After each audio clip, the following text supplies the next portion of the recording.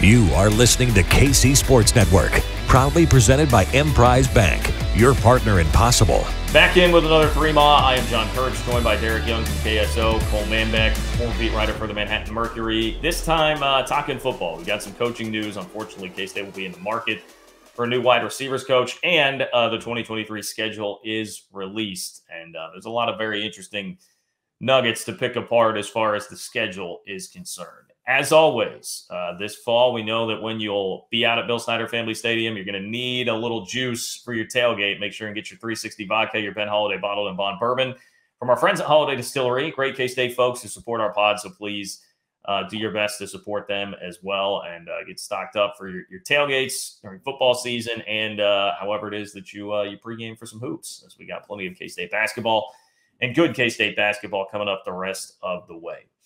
Okay, here's the football schedule. I'll just go ahead and read it game by game before we dive into it head first, in case out there you have not seen this yet or you want a refresher. K-State starts off the year with Southeast Missouri and Troy back-to-back at home. They go to Missouri on September 16th. And then the Big 12 opener is going to be hosting UCF. So K-State will be the hosts for the first time, the Big 12, to UCF.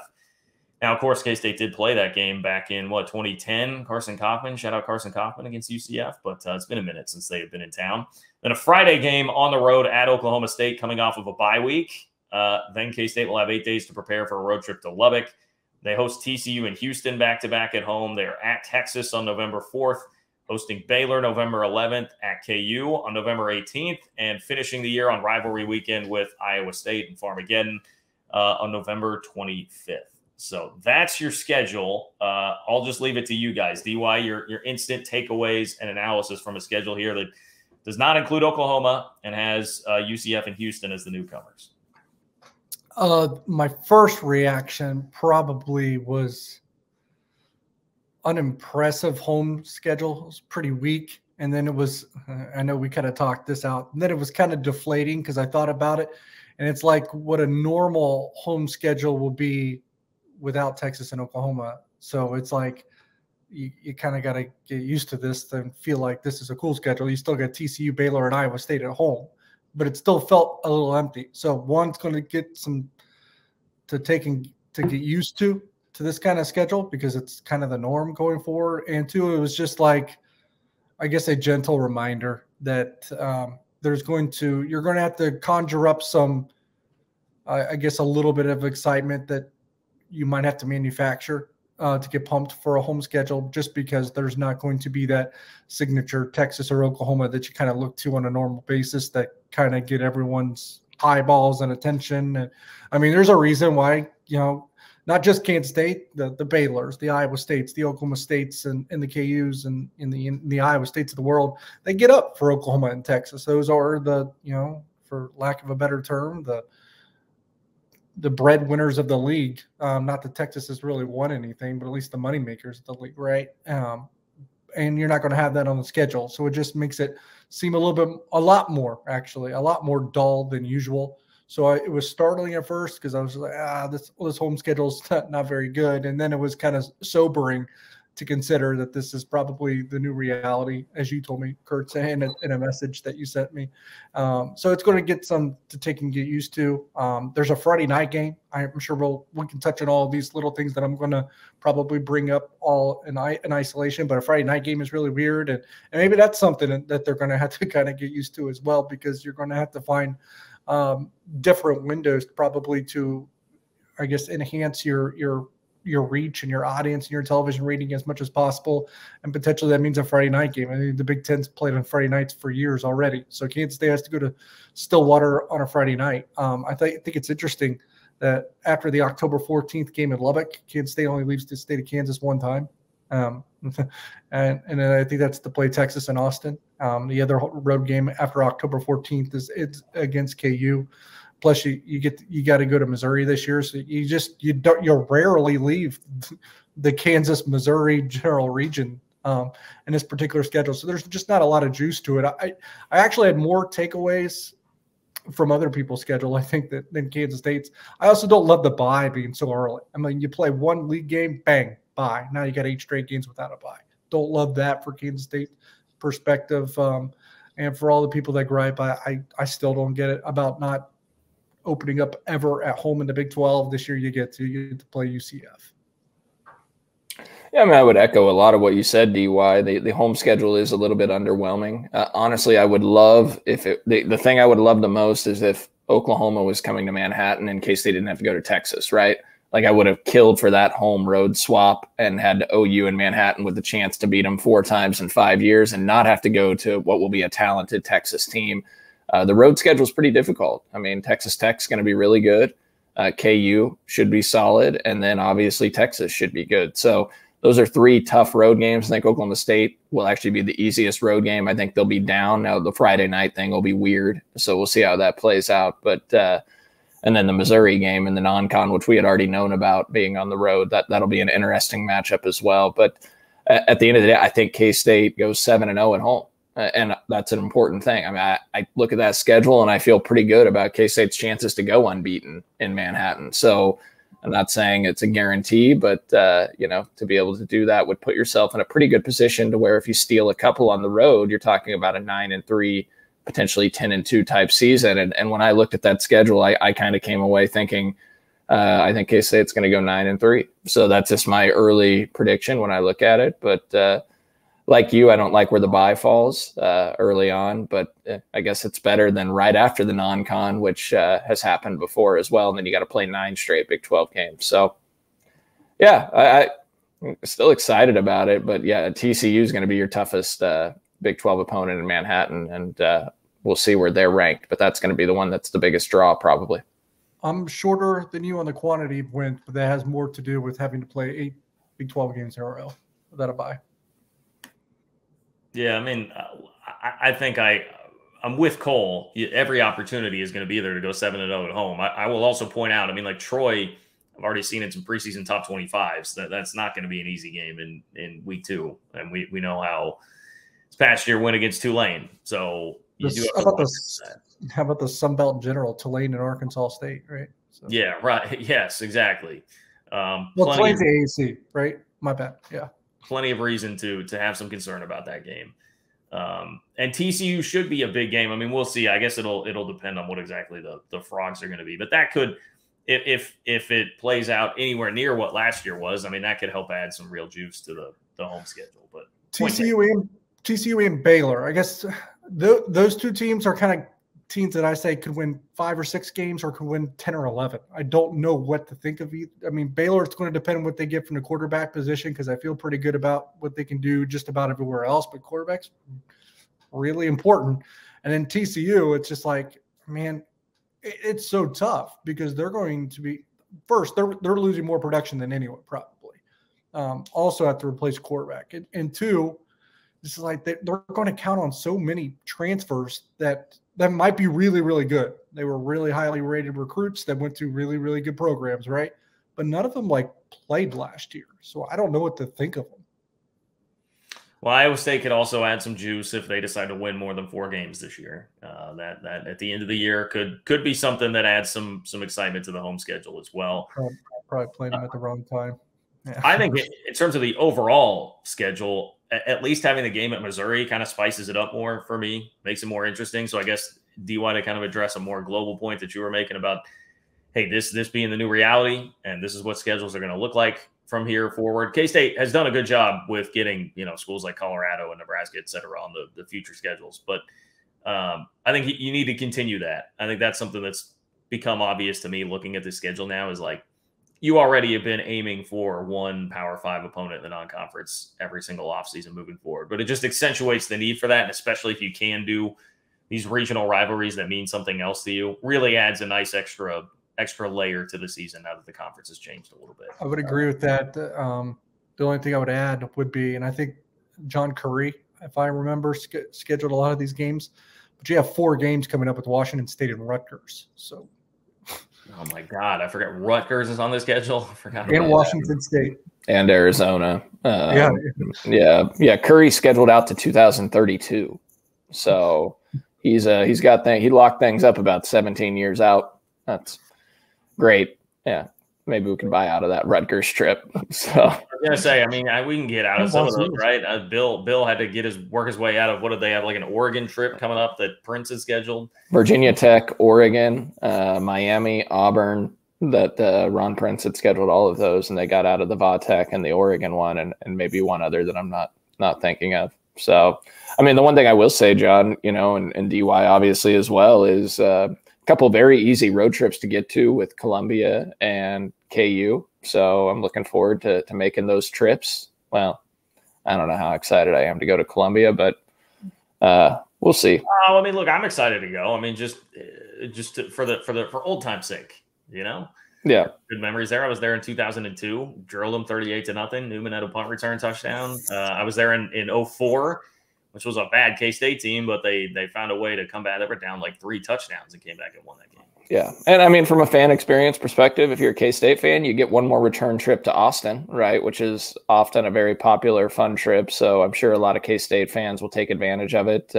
My wife has already talked about making that trip as well. So maybe I'll be at 3 road games this year, and hopefully it's a better experience than my Fort Worth one.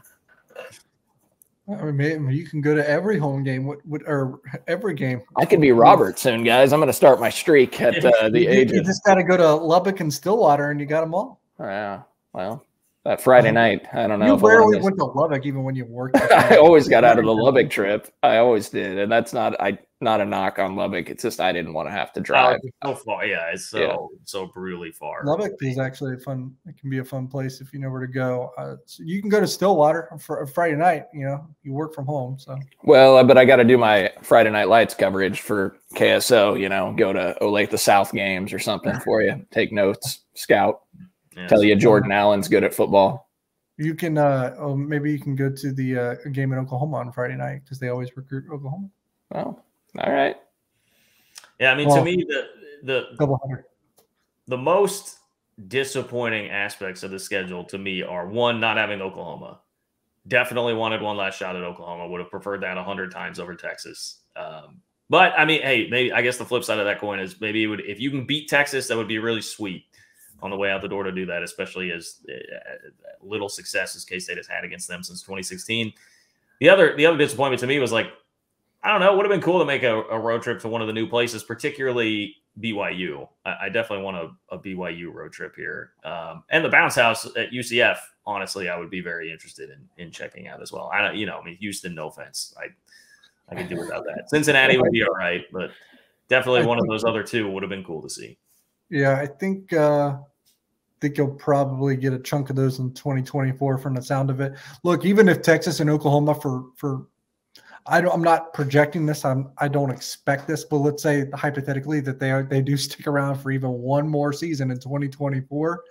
I don't think Oklahoma's coming to Manhattan that year either, from what it sounds like. Well, you look at Oklahoma's schedule. They got about as easy of a schedule as they could have dreamed for. And so maybe Kansas State can get good old Vinzi in the Big 12 championship and Jerry World. They go to BYU. The interesting thing is Oklahoma does go to BYU in Cincinnati, and Texas goes to Houston. I love that they made Texas go to Houston. I do love that because I would imagine that would be the game that they wanted the least. And how about those? Can I say the B word? I don't. How about those? They were the only schools in the league that didn't put out like an actual schedule graphic. They just retweeted the Big 12 release with the schedule. Clearly, sour grapes about having to go play these games against the new teams. And, I don't think it's been any secret that they have not wanted to do that. I don't know how legitimately they thought the chance was going to be that they would be able to actually dodge playing those teams. But here we are. They're pouting and throwing a fit here because they can't. I mean, look, if Oklahoma had the actual money, if Oklahoma wasn't broke, then maybe they could have just written those checks and have been gone already. So that's part of the money, Oklahoma. That's part of it. The other part is it's like if these teams are so beneath you, right? How it show up in Arlington every now and then, especially Texas. Yeah, I mean, I can't say that too loudly to Oklahoma, but Texas for sure. Well, yeah, but it'll be 3 years since they've made it. It didn't make a lot of sense to me that OU and Texas didn't want to play the new schools, and this isn't no offense to the new schools, but they're making things harder on themselves if they got that right. I mean, you would think they would rather play a Houston versus a Kansas State or one of the legacy schools in the Big 12, depending on the matchup. So I thought it was a little bizarre that they were fighting back on that. Obviously, that was a large portion of why this schedule release was so delayed. It was Oklahoma and Texas causing headaches behind the scenes. So my guess is it's more of them focusing on the negative of it rather than the positive, because Texas's ego will not be able to handle losing at Houston. I mean, if there's one game outside of a K-State game that I want to see happen this year, that would probably be it. I would love to see Houston beat Texas this year. Love it. Any last thoughts on the schedule before we move forward? No, I just it'll be kids. They can start off pretty well, right? I don't know if we started about that. If you think you take care of business in the non-con, you're 3-0. You should probably take care of business, beat UCF home, you're 4-0.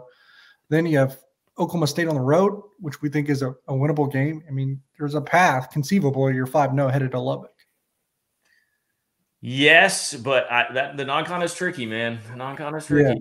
Yeah. I mean, it's tricky, but that's why I said take care of business at home and win in Missouri, and you kind of feel good. Trust me, I get it. And I still have a hard time coming around to the idea of playing on a Friday night. Yeah. John, are you more concerned about Troy or Missouri? Probably Troy. Probably Troy. Yeah. I mean, if you look at what Chris Kleiman's done, he's lost to 2 Group of 5 teams in the non-con, and lost to Navy in a bowl game. But I do not believe he's lost to a Power 5 team in the non-con yet. It's not gonna. That's actually a good point. I think he's 3-0 against Power 5: Stanford, Missouri, Mississippi State, and maybe I'm missing one other. But it's a good point. I don't think it's going to happen. Yeah, I don't think it's going to happen again. I don't think another Group of 5 is going to come into Manhattan and they see that Troy finished last year ranked, and if they're in the preseason top 25 or getting votes, I think K-State will be pretty locked in, focused on that. So I think they'll win. I got K-State 3-0 in the non-con. I can tell you this much. I didn't even know who his name was until I looked it up a second ago, but I fear John Sumrall, the head coach at Troy, more than I do Eli Drinkwitz in a football game of American football. I don't know. Maybe Drinkwitz can coach some soccer better, some football better. But if we're talking American football, don't fear that guy as much as the head coach at Troy. Neil Brown's successor down there at Troy, right? So I assume he inherited that program, or maybe they've gone through a couple coaches. I need to research my Sun Belt. I'm a little disappointed in myself that I don't know more about him, but I'll find out. Well, even then, Diet Neil Brown, I would absolutely be more scared of Diet Neil Brown than I would Eli. Unfortunately, K-State's in the market for a new wide receivers coach. Thad Ward headed back to Illinois, where he has been before.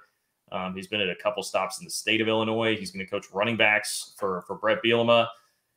Man, that stings. That stings. I think Thad Ward had done a really nice job on the recruiting trail, and we saw great development from the receivers, particularly like a Cade Warner and Malik Knowles this year. What they were able to do on the field was very impressive. So I guess the first question, DY, that I've seen from a lot of folks, and I kind of have this, but I know what you're going to say for the answer here, so I was clued into some of the reasoning, but people's initial reaction will be like, Illinois? Like why Illinois for Thad Ward here? And then turn it into, I mean, is this an issue of K-State not paying these guys enough? Because we haven't seen raises announced, right? So there are a couple things going on here, right? You knew you were going to have to up the pay for some of these guys to keep them around, but is Illinois, should we be disappointed by losing somebody to Illinois? No, I don't think so. I'd love to know with 100% beyond a shadow of a doubt if financials kind of played a role. My guess is probably not. It is interesting, but we're still kind of waiting on some of these extensions and raises for the football side of things, and that it hasn't arrived yet. We've seen, most teams have if they had something to take care of in that department, have already done it by now. So interesting that hasn't unfolded, but there's a part of me that doesn't necessarily believe the financials really played a role. I think this is what you were probably alluding to. I think it was about going home for Thad Ward. I mean, even the tweets that he's kind of rattled off since kind of shows you that he was a homesick of sorts and kind of itching to get back to Illinois. I mean, so my question here is, because I was looking into his bio, like mean, he's not from Illinois. Yeah, I mean, but he considers that. I mean, I think he spent a lot of time there, so I think he just considers that to be where home is. I mean, I still call Ohio home, but I've lived in other places almost as long as Ohio now. So yeah. Okay. Well, it just wasn't where he grew up. That's where I was. I understand that. Yeah. Yeah, but he had that whole Liddyville thing when he worked for I forget who was the head coach at Illinois at the time when he worked at Illinois. So he really embraced it and got kind of embedded there when he coached at Illinois before too. Yeah. Which I saw he said Liddyville's dead in his press conference yesterday to the media. So I mean, it's a bummer because K-State's wide receiver recruiting had just started to get elevated for the first time in quite some time. And you liked what Thad Ward had brought to the table. And obviously guys like Malik Knowles and Cade Warner and Phillip Brooks had career years this year. Now, whether that's a large credit to Thad Ward or Colin Klein or the play calling or just them developing more, I don't know. But K-State landed a pretty good wide receiving haul, including Keegan Johnson in the transfer portal. And hopefully those guys are still okay. I mean, with what's transpired, and obviously they're all signed or most of them are enrolled already as well. But you want those guys to be happy, so you want to make sure that you find the right fit that they're comfortable with as well. And I'm sure Chris Kleiman will. But that's been a revolving position, that wide receiver coach in the Chris Kleiman era. So I think they've had 3 different wide receiver coaches. This will be the 4th because it started out with Messingham, and then they moved Jason Ray it started out with Jason Ray, and then they moved Messingham, and now they've got Thad Ward, and then now this will be the 4th. So, yeah, I was just looking at his bio. He's coached in the state of Illinois for 13 different seasons. I guess maybe that's where it stems from. Kent State definitely. I'm not really concerned about anybody that they just signed. I mean, 4 of the 5 are already on campus and enrolled. I mean, Jace Brown's on campus, Keegan Johnson's on campus, Andre Davis is on campus, and Wesley Watson's on campus. The only one that isn't is Trace Spivey. So, yeah, no problems on my end. I don't know if I would have heard of it by now if there was a problem, but I guess it's bears noting that I haven't heard anything that would sound any alarm bells at this point. I was just surprised at the timing, DY, because I thought we were in the clear from coaching changes at this point. Doesn't that usually happen right after the coaching convention in earlier January, mid-January? Yeah, I mean, the coaching convention was, 3 weeks ago? So maybe we're still in that. I mean, I guess I'm a little surprised, too, that there was a school out there was still like a vacant spot on February 1st. To fill it with that Ward. Like, how long has Illinois not had a receiver coach? I mean, their season ended in the end of November. Yeah. Well, a couple of thoughts. I mean, one, if this is going to be it as far as losing coaches off of a Big 12 title team, after all the speculation out there, you got KU Twitter trying to will Chris Kleiman to Nebraska, and Colin Klein and Joe Klanderman, guys that have phenomenal seasons. If this is going to be it, that's honestly.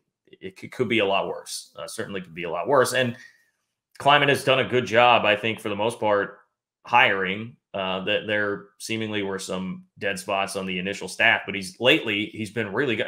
Hiring Tremaine Carroll as a strength and conditioning coach, one of the things that really laid the foundation for everything, making the move to elevate Colin Klein and getting rid of Courtney Messingham, finding Thad Ward, who then turned into a really good receivers coach for a year.